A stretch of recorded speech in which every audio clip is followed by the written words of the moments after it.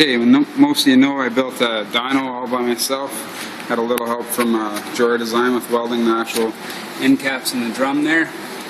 So I put a knurl on it, but it was a fine knurl, and as you can see, see if I can zoom in there a little better, it's not that coarse. And the tires don't bite that well on it, plus where the tires usually ride I had a bit of a smooth spot. So I just started putting a better knurl in it with my 2mm pitch knurl, which I mounted down here. What I did is I took my $30 Canadian Tire vise, mounted it to a plate, you can see right there, and I welded on a big long tube so I can push down on it, give me some leverage, and basically welded a couple plates that are bolted up to the dyno frame itself, and that allows it to pivot down and push into the actual roller. You can see it started a bit of a more coarse knurl right there, so haven't done anything yet. Also, to power it, I just decided I might as well use my electric BMX because, well, as it says right here, it's actually made for it. So let's see how this works.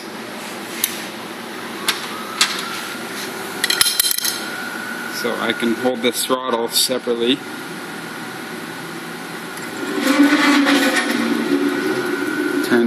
Turns everything. Get this fed through here.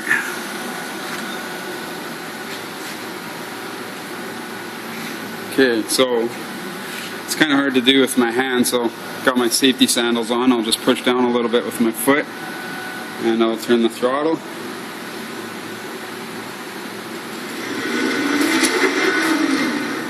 Probably running about, I would say that's a pretty good RPM right there.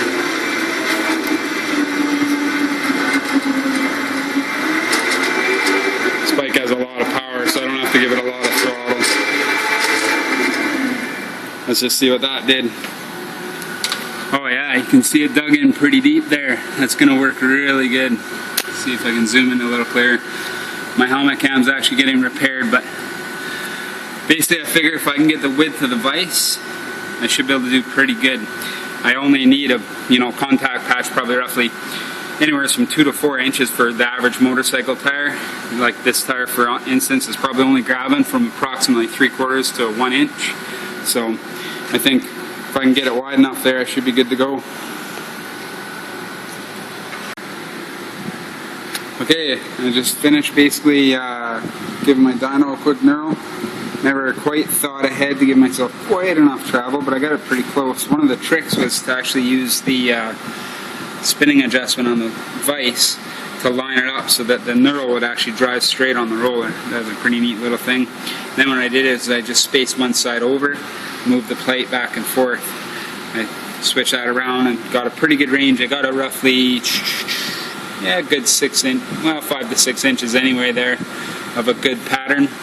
Basically lined it up, if you look, lines up with the where the front wheel drives into the chalk there, and got it pretty good, and it's actually quite a good knurl. If you look at that there, it'll bite in. This is what it was like before, right here.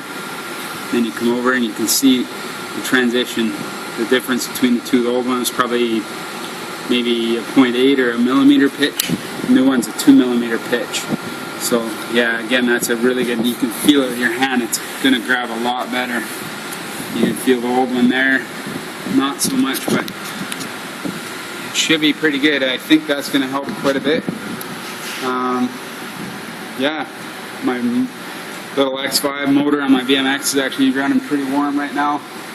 I've let it run the whole time with the fans going to try and keep it a little bit cool, but as you can see, get that in the window there. Like it's been cooling for a little bit. I got my windings up to around 80 something degrees Celsius right now. Yeah, that's my do-it-yourself dyno. It works pretty good. Made myself a wheel chock here. Basically what it does is I got a threaded rod hooked to the steering wheel with a socket in there, so I can actually use an impactor's electric drill or something to spin it faster. Might put an electric motor on there permanently. I'll probably also make an extension so it'll slide out further for doing big bikes like Harleys and everything.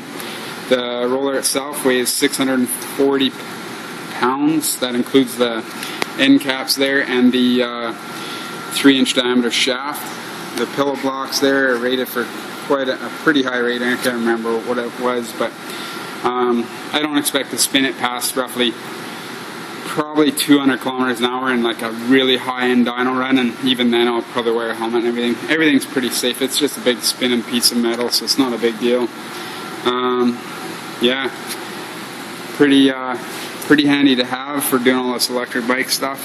Handy to have when you got a sport bike that pops out of gear or something you need to do some testing on, and you know, jetting issues, all kinds of things when you can't simulate it on the road safely without the cops, or without the cops giving you tickets for, you know, riding like a maniac or going full throttle on a 1 liter sport bike just about anywhere is basically illegal. So and then basically I left the cutout in the corner there so I can actually run these little dwarf cars on there.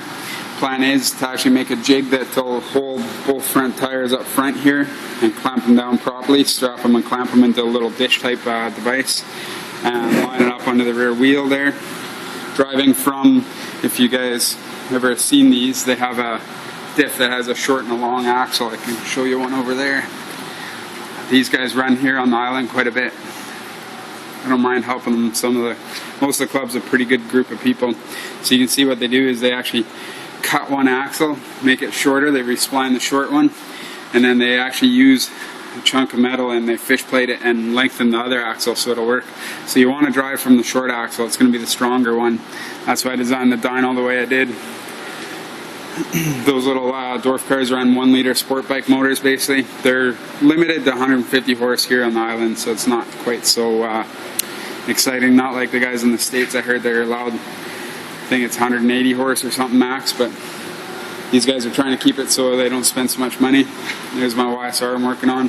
Hopefully I'll have that done soon. I just got the fender curing right now. I should be able to wet sand that and polish it tomorrow morning. But anyways, this dyno worked out pretty good. Pretty happy with my quick do-it-yourself cross slide, whatever you want to call it. It's not even a cross slide, it's just a vise to hold a knurling tool. Cost me basically $30 for a knurling tool off eBay.